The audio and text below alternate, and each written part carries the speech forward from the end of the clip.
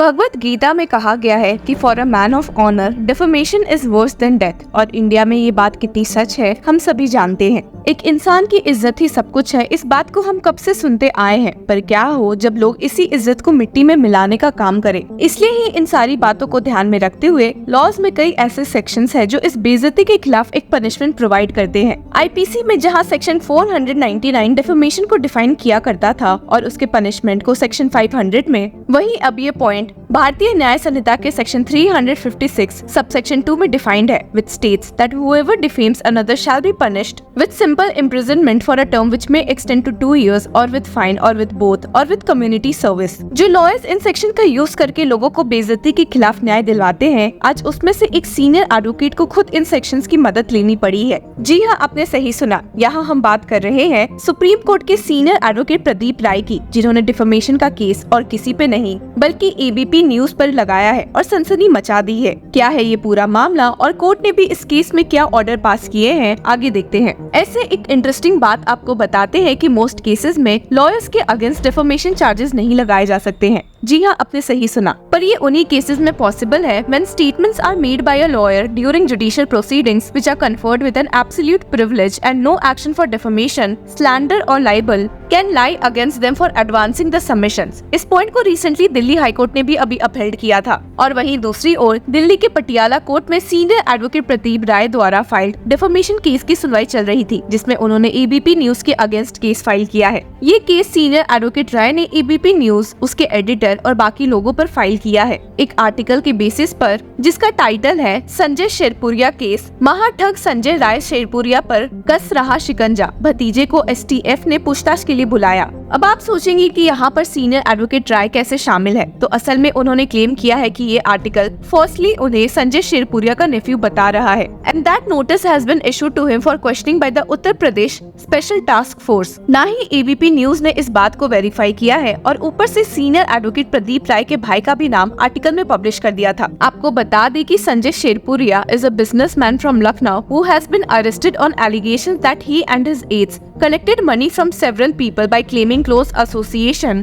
with the Prime Minister's office and senior bureaucrats. Interestingly, इस case की hearing के दौरान judicial magistrate Tarunpreet Kaur of the Patiala house court ने पाया कि prima facie ABP News article connecting Rai to con man Sanjay Rai Sherpuria alias Sanjay Prakash Rai defamatory है और अपने ऑर्डर में स्टेट करते हुए कहा कि in view of the above discussion, pre-summoning evidence led by the complainant Pradeep Rai, documents brought on record and the submissions made, the present complaint stands allowed and the undersigned takes cognizance of offence under section 500 IPC. Let summons be issued to accused one, Atidev Sarkar, Chief Editor and Publisher ABP, Avik Sarkar, Vice Chairman and Editor Emeritus ABP Group, Avinash Pandey, CEO ABP, ABP News on filing of PF within 15 days from today for offence under section 500 IPC for the next date of hearing। जिसके साथ ही Delhi court ने ABP news, it's chief editor और publisher आतिदेव सरकार और other officer bearers को समन भेजा है। तो देखते हैं कि नेक्स्ट केस हियरिंग में क्या ऑर्डर्स पास हो सकते हैं। अब एक नजर उस केस पर भी डाल लेते हैं जिसकी बात हमने वीडियो की शुरुआत में की थी, जहां दिल्ली हाई कोर्ट ने ये अपहेल्ड किया था कि लॉयर्स के अगेंस्ट डिफेमेशन सूट लायबल नहीं है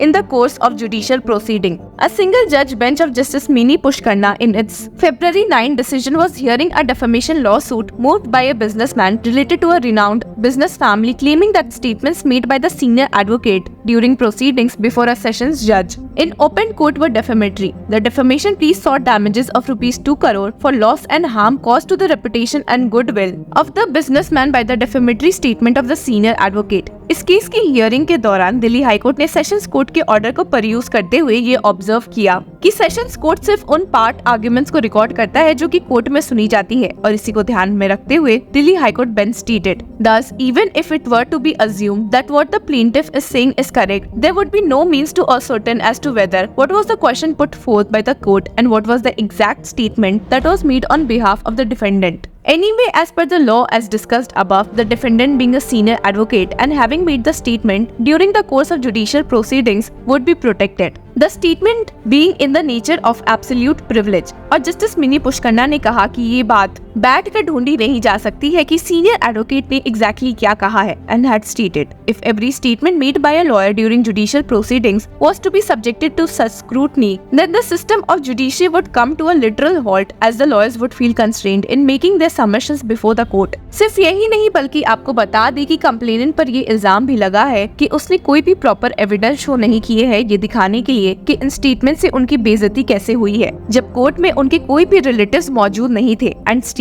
the plaintiff has not been able to make any prima facie case for registering the present plaint and for issuance of summons. In view thereof, it is held that the defamatory statement as alleged by the plaintiff in this suit is not actionable on the ground of absolute privilege. जिसके साथ ही Delhi high court ने इस मामले को ही dismiss कर दिया था और साथ ही स्टेट किया था कि senior advocate in the scheme of things as per general code of conduct make statement upon instructions from the briefing counsel, therefore no malice or motive can be imputed to them for making any statement made on instructions। और एक दूसरे case में Delhi high court में ही justices Rajiv शक्देर और अमित बंसल की bench ने lawyer के against लगे डिफेमेशन केस को डिसमिस कर दिया था। इस केस में पिटिशनर ने कहा था कि लॉयर्स को एब्सोल्यूट प्रिविलेज नहीं मिलना चाहिए, तो इस मामले में बेंच ने बहुत सोच विचार किया था। The court noted that as regards the defense of privilege, it is of two kinds, qualified and absolute privilege. Qualified privilege ring fences a defendant from a defamation action only when the privilege is properly exercised in performing legal or moral duties. Conversely, absolute privilege immunizes a defendant no matter how wrongful or motivated the action is. जिसके साथ ही bench ने इस मामले को बाद में dismiss भी कर दिया था। जहां लॉयर्स डिफेमेशन केस में फंसते रहते हैं, वहीं आपको बता दें कि पॉलिटिकल लीडर्स के लिए तो ये रोजमर्रा की बात है। और अभी बीते दिनों ही हमने कांग्रेस लीडर राहुल गांधी को एक कोर्ट में अपीयर होते देखा था रिगार्डिंग अ डिफेमेशन केस। उनके लॉयर ने इस मामले में क्या कहा है, एक नजर डाल लेते हैं।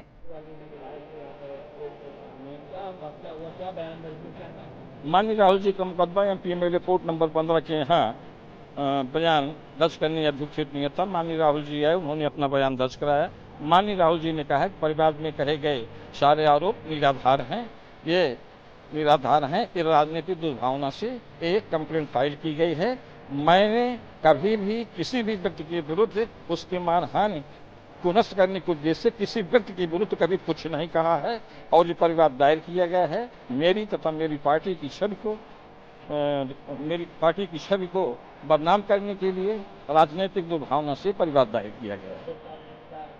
नहीं, जज साहब ने, जैसा मैंने अभी आपसे कहा, जज साहब ने ही सवाल किया है कि आपने अमित शाह के खिलाफ कहा है, तो उन्होंने कहा किस तरीके से मैंने जो आरोप मेरे ऊपर लगाए गए हैं निराधार हैं, इन आरोपों से मैं इनकार करता हूँ। अगली तारीख सुनवाई जो है 12 अगस्त 2024 नियुक्त है। 12 अगस्त 2024 को अभियोगी जो है यानी परिवादी जिन्होंने मुकदमा दायर किया है न्यायालय में उपस्थित होकर के अपना साक्ष्य प्रस्तुत करेंगे और मेरे द्वारा क्रॉस एग्जामिनेशन किया जाएगा। बाद में जो कुछ होगा आप लोगों को सूचित किया जाएगा। तो इस पूरे मामले में आपकी क्या राय है? Let us know, and till then keep supporting us.